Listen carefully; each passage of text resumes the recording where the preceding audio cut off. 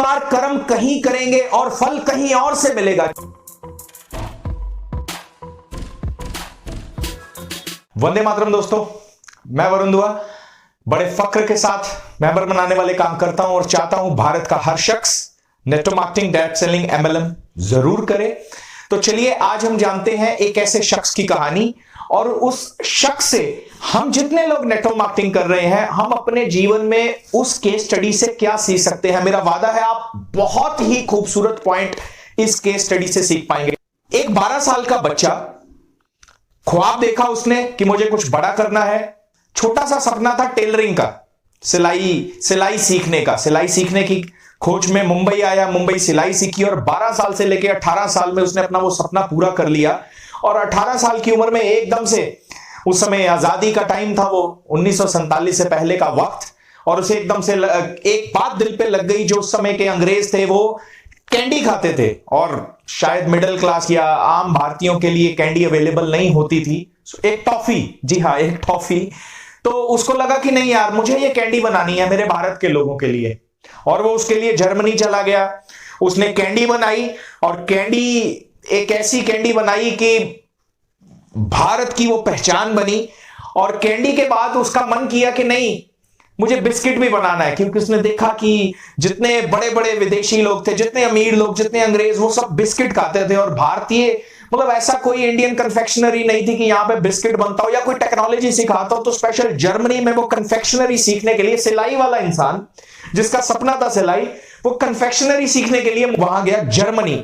और जर्मनी से उसने एक मशीन लगाई और भारत में उसने पहली बार 1929 में कैंडी बनाई और 1939 में 10 साल बाद उसने भारत को पहला बिस्किट दिया। जी हां, जिसमें कैंडी और बिस्किट की बात कर रहा हूं वो शख्स था नरोत्तम मोहनलाल जी, और जो बिस्किट की मैं बात कर रहा हूं वो बिस्किट था पार्ले जी। और वहीं से ही पार्ले ग्रुप का जन्म हुआ। और उसके बाद 1947 में बहुत सी चैलेंजेस आए, क्योंकि उस समय 1947 में जब देश आजाद हुआ तो बिस्किट बनाने के लिए आटा की सबसे ज्यादा खपत होती है, तो आटा की बहुत ज्यादा शॉर्टेज हो गई, जिस वजह से फैक्ट्री को शट डाउन भी करना पड़ा।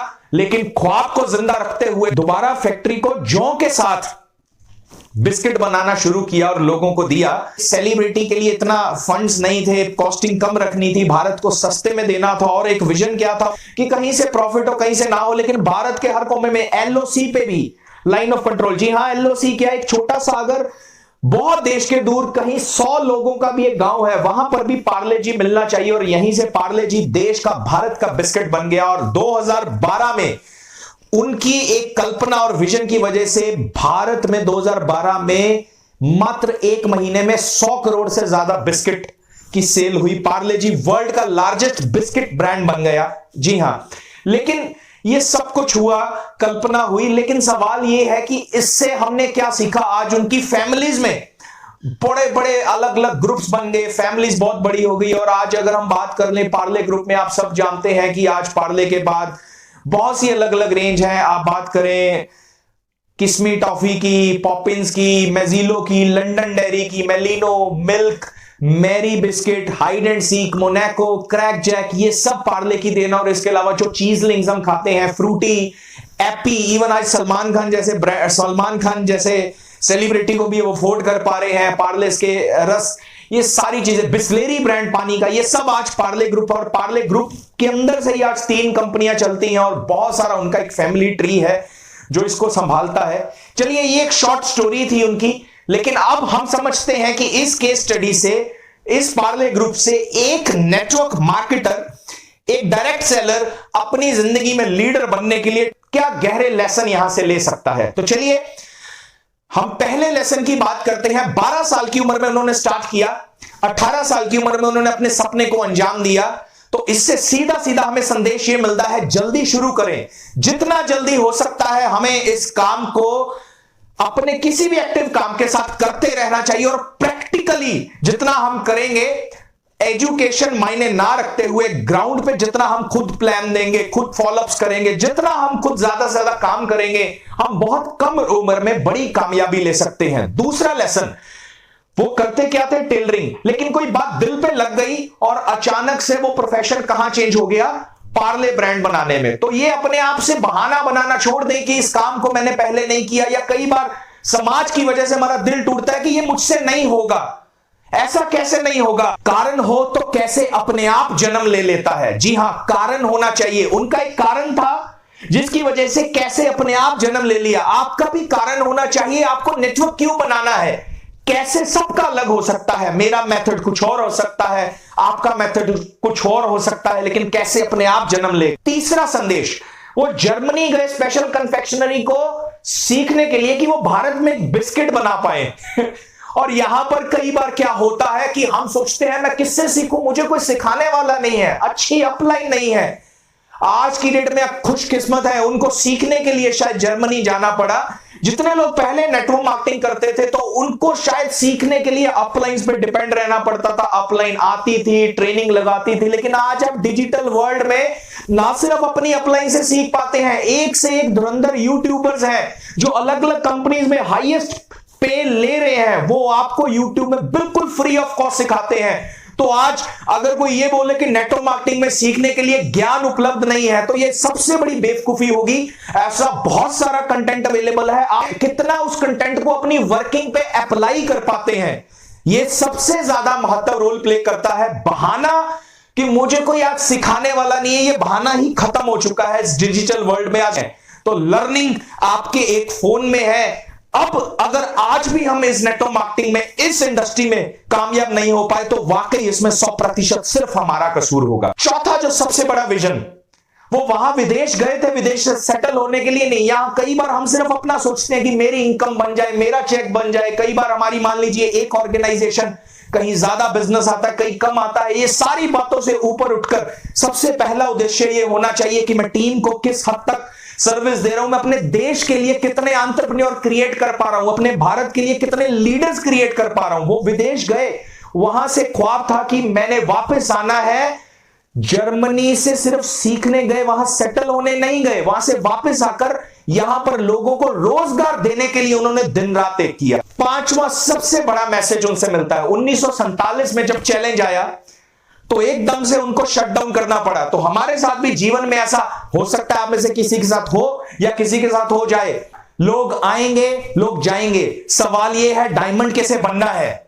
जी हां, डायमंड अगर आपको बनना है तो लोग आएंगे, सबकी अपनी, किसी का छोटा विजन हो सकता है, कोई प्रोडक्ट इस्तेमाल करेगा और जाएगा, किसी को लगेगा नहीं ये सिस्टम अच्छा नहीं है, वो प्लान बढ़िया है, वो कंपनी अच्छी है। तो ये सब चलता रहेगा। और कब तक चलता रहेगा?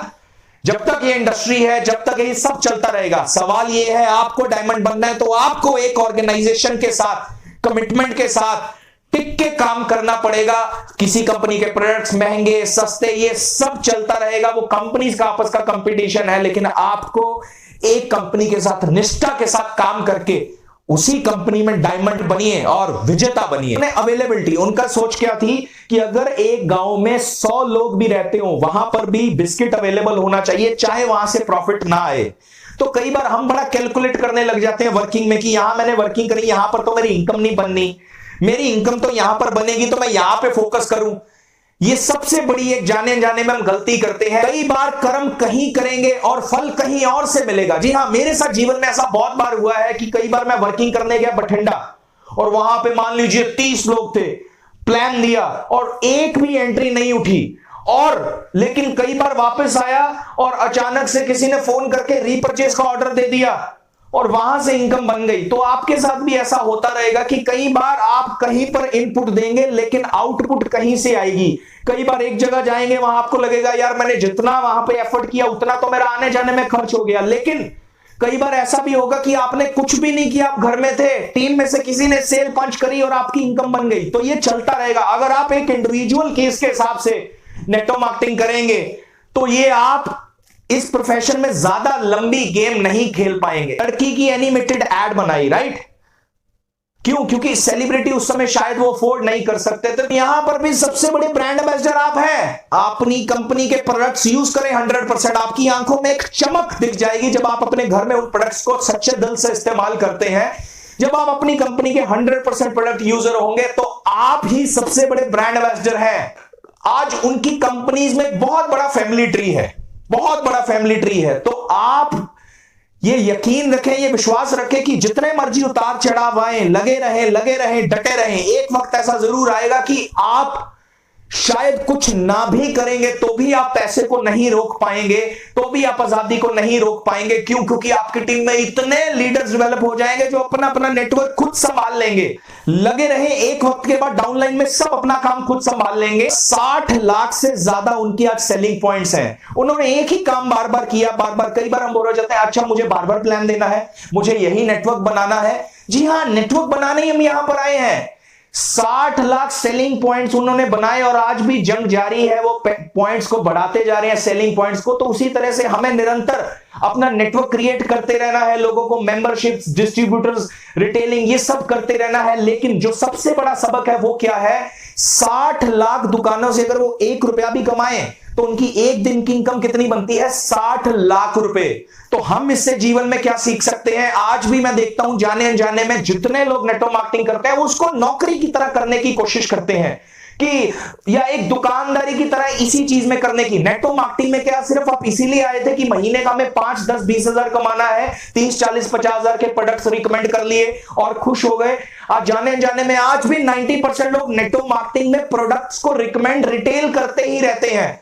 आपको वो रिटेल प्रॉफिट का लालच एक वक्त पे आके छोड़ना होगा कि 300 की चीज को मैं 350 की दे दूं। क्योंकि जब तक आपके मन में ये लालच रहेगा, आप सामने वाले को डिस्ट्रीब्यूटर बनाने की जगह हमेशा उससे थोड़ा थोड़ा रिटेल प्रॉफिट लेते रहेंगे। तो थोड़ा सा रिटेलिंग से, मैं ये नहीं कहता अगर आपकी प्रेजेंट सिचुएशन नहीं अलाउ करती कि आपका उससे एक्टिव इनकम में घर चलता है तो आप रिटेल इनकम लीजिए, लेकिन उसको कम कीजिए और अपना फोकस नेटवर्क क्रिएट करने पे भी करें। रिटेलिंग से अपने फोकस को शिफ्ट करें, रिटेलिंग के साथ नेटवर्क जरूर बनाएं।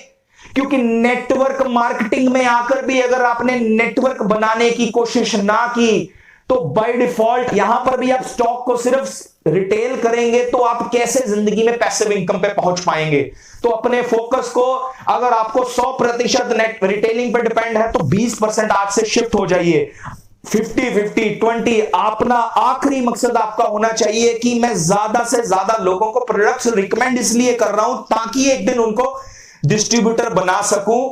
जल्द से जल्द उस लालच को छोड़ दीजिए, रिटेल प्रॉफिट को, और एक बड़ा नेटवर्क क्रिएट करके पैसिव इनकम पे आए। क्यों? क्योंकि आपकी अपलाइंस के तो चेक बनते रहेंगे। मान लीजिए आपकी अपलाइंस के पास 100 ऐसे लोग हैं, अपना नेटवर्क जरूर बनाएं। चलिए, उम्मीद करता हूं डायमंड बनने के सफर में, इस नेटवर्क मार्केटिंग में आप भी भारत को अमीर बनाने में हमारा साथ देंगे। जय भारत।